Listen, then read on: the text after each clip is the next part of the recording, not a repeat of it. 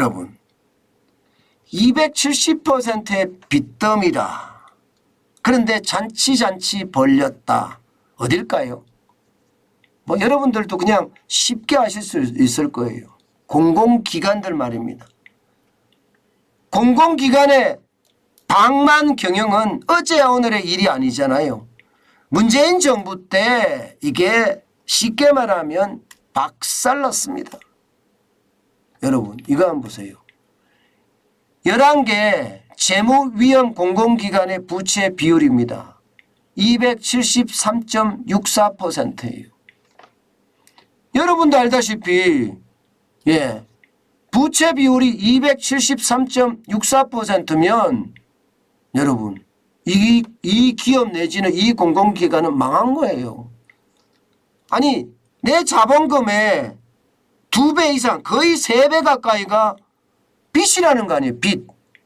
내 자본금보다 확실하게 내 자본금의 2배 가까이가 빚이라는 거잖아요.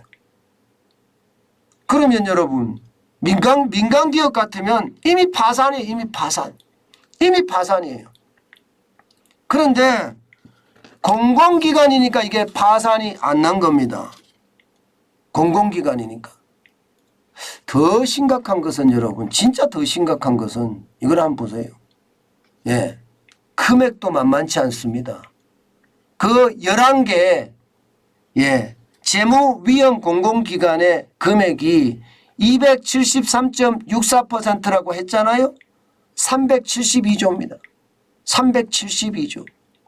와, 참 장난 아니죠. 그 11개가 어딘가 하면요. 한국전력 1등이 한국전력. 한국전력 1등이고요. 2등이 한국수력원자력입니다.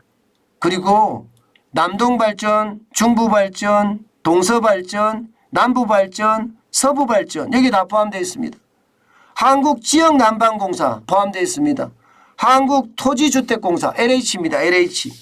한국석유공사 그리고 한국광회 광업공단 참 발음도 어렵네요. 그리고 한국가스공사 그리고 대한석탄공사 한국철도공사 참 우리가 들으면 그냥 잘 아는 공기업들이에요. 잘 아는 공기업들. 이런 공기업들이 결국 재무위험에 빠져 있다는 이야기예요. 273.64%면 이것은 말입니다. 망하고도 여러분 몇 번을 망해야 됩니다. 몇 번을 망해야 돼요. 이런 게 그냥 가고 있다는 게 웃기죠. 웃깁니다. 전체 공공기관으로 가보면 더 심각합니다. 여러분 전체 공공기관으로 가보면 부채 한번 보세요. 583조입니다. 제가 전체 공공기관으로 가면 583조 된다고 난리를 쳤더니 문재인 정부 당시 말입니다. 홍남기 경제부총리는 뭐라고 했냐면 자산이 그보다 더 많아 이렇게 이야기. 자산이. 여러분 자산이라는 게 부동산 아니겠습니까? 물론 부동산 아닌 것도 있지만 대부분 부동산이에요. 그럼 부동산이 어떻게 될까요? 떨어지면 그만입니다. 떨어지면.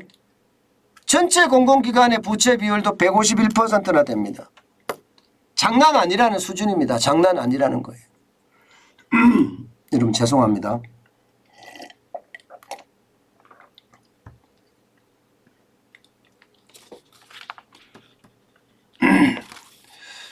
실제 장난 아니라는 뜻입니다. 그만큼 말입니다. 부채가 지금 그 어느 때보다 심각하다. 이렇게 말씀드릴 수가 있는 것 같습니다. 그런데 웃기는 거는요, 여러분. 아유, 죄송합니다, 여러분. 진짜 웃기는 거는요, 이거예요. 지금 여러분들이 글자가 작아서 잘 안 보이시겠지만, 부채 비율이 평균 말입니다.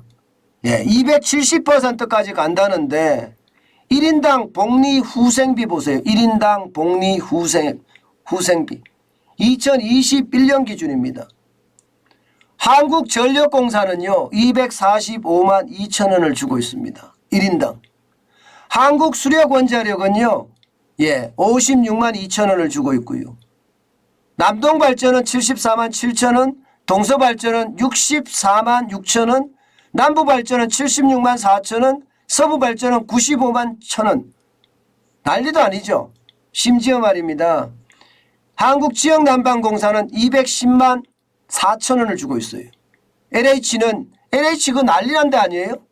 예, 지금 부채가 거기는 뭐 어마어마하다고 하는데 여기는 224만 1천 원을 주고 있고요. 진짜 웃긴 거는요. 예, 한국석유공사입니다. 자본 잠식이 완전히 됐어요. 돈이 한 푼도 없다는 뜻이에요. 그런데 309만 5천 원을 주고 있습니다. 그럼 이거 어떻게 한다는 거예요? 자본 잠식이 됐는데 빚내서 준다는 이야기잖아요. 빚내서. 참 어이가 없네요. 그죠? 한국광업공단도 마찬가지입니다. 완전 자본 잠식이 됐는데 284만 원을 주고 있습니다. 한국가스공사도 92만 3천 원. 예, 대한석탄공사도 64만 3천 원. 한국철도공사도 124만 8천 원씩 주고 있어요. 여러분 이렇게 되니까 공기업이 지금 그야말로 부채 더미죠. 빚더미입니다. 빚더미 완전히. 예, 이게 기업이냐 이렇게 생각이 들 정도로 말입니다. 이게 여러분 보시다시피 이게 말이 안 돼요. 말이. 여러분 이게 말이 됩니까? 진짜 말이 안 되죠. 게다가 말입니다. 여러분 평균 보수는 또 어떠냐. 1인당 지금 14개입니다. 이게 14개. 예, 14개 재무위험기관의 평균 보수액 월급입니다. 연봉 기준으로 보면 8,430만 원이 8,430만 원. 전체 공공기관의 평균 보수가 6,976만 원이거든요. 이거보다가 21%가 많아요. 21%. 부채가 천지인데가 쉽게 말하면 월급이 엄청나게 높다는 거예요. 여러분도 알다시피 이게 공공기관이 왜 이런지는 아시죠? 이게 전문성 있는 사람이 그 공공기관에 수장으로 가지 않고요. 정치권 인사들이 수장으로 가끔 갑니다. 아니 가끔이 아니라 많이 갑니다. 그러다 보니까 말입니다. 노조가 일단 막고 봅니다. 출근하지 마 이렇게 막습니다. 예, 그 과정에서 말입니다. 예, 사장으로 선임된 사람은 노조하고 타협을 해요. 노조 입장에서는 누이 좋고 매부 좋고가 되는 거예요. 한번 막아서 너 출근할게 해줄게. 월급 올려줘. 성과금 많이 줘. 복리후생비 많이 줘. 이렇게 되는 거죠. 그래 내가 더 줄게. 나 사장으로 들어가게 해줘. 이렇게 되는 겁니다. 실제도 그런 일이 비일비재하게 벌어지고 있고요. 예, 그러니 짬짬이가 되는 거죠. 짬짬이가. 그래서 지금 공공기관이 박살이 난 거예요. 박살이. 완전히 부채 구덩인데 뭐 기념품비라고 해서 주고요. 행사 지원비라고 해서 주고요. 문화여가비라고 해서 주고요. 예, 선택적 복지제도라고 해서 주고요. 뭐 주는 게 뭐 너무 많기 때문에 이게 뭐라 말하기도 힘듭니다. 뭐라 말하기도. 참 이게 도덕적 해이라는 게 바로 이런 곳에서 일어납니다. 여러분 왜 공기업일까요? 공공의 안녕과 질서를 만들어가는 기업이 공공기업이에요. 공공의 안녕이잖아요. 안녕. 쉽게 말하면 이게 민간으로 가면 예, 이게 가격을 많이 올린다든가 뭐 가스요금이나 전기요금 이런 게 마찬가지잖아요. 그죠? 많이 올려서 우리한테 부담이 많이 오니까 정부가 예, 공적 기업으로 만들어서 국민들에게 편익을 제공하고자 있는 게 공기업, 공공기관이거든요. 그런데 지금 알고 보니까 국민들의 짐이 되고 있습니다. 부채가 저렇게 많으면 결국 세금 쏟아 부어야 되거든요. 그렇지 않으면 가스료 올리고 전기료 올리고 수도료 올리고 다 올립니다. 난방비 올리고. 결국 국민의 손해예요. 정치권이 다 풀어 제꼈는데 거기에 예, 손해를 보는 사람은 국민밖에 없다는 거예요.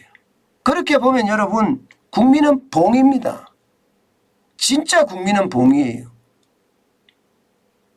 지금 문재인 정부 때 워낙 많은 방망 경영을 해서 이게 원상태로 회복시키는 거, 민간 기업처럼 만드는 거 참 쉽지 않아 보여요.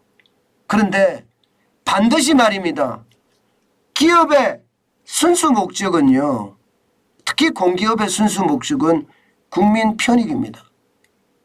그러면서 말입니다. 기업은 또 이익도 내야 되는 그런 조직이잖아요. 예. 그런 것처럼 윤석열 정부에서는요. 기업다운 기업으로 거듭났으면 좋겠습니다. 저는 충분히 그럴 수 있다고 생각을 해요. 예. 윤석열 정부도 공공기관의 개혁을 지금 하겠다 이렇게 선언을 했고요. 예. 그러면서 말입니다. 꾼들이 아니라 제대로 된 전문가가 공공기관의 수장으로도 가고요. 임원으로도 가고요. 예. 그래서 공공기관마다 혁신이 일어났으면 좋겠습니다.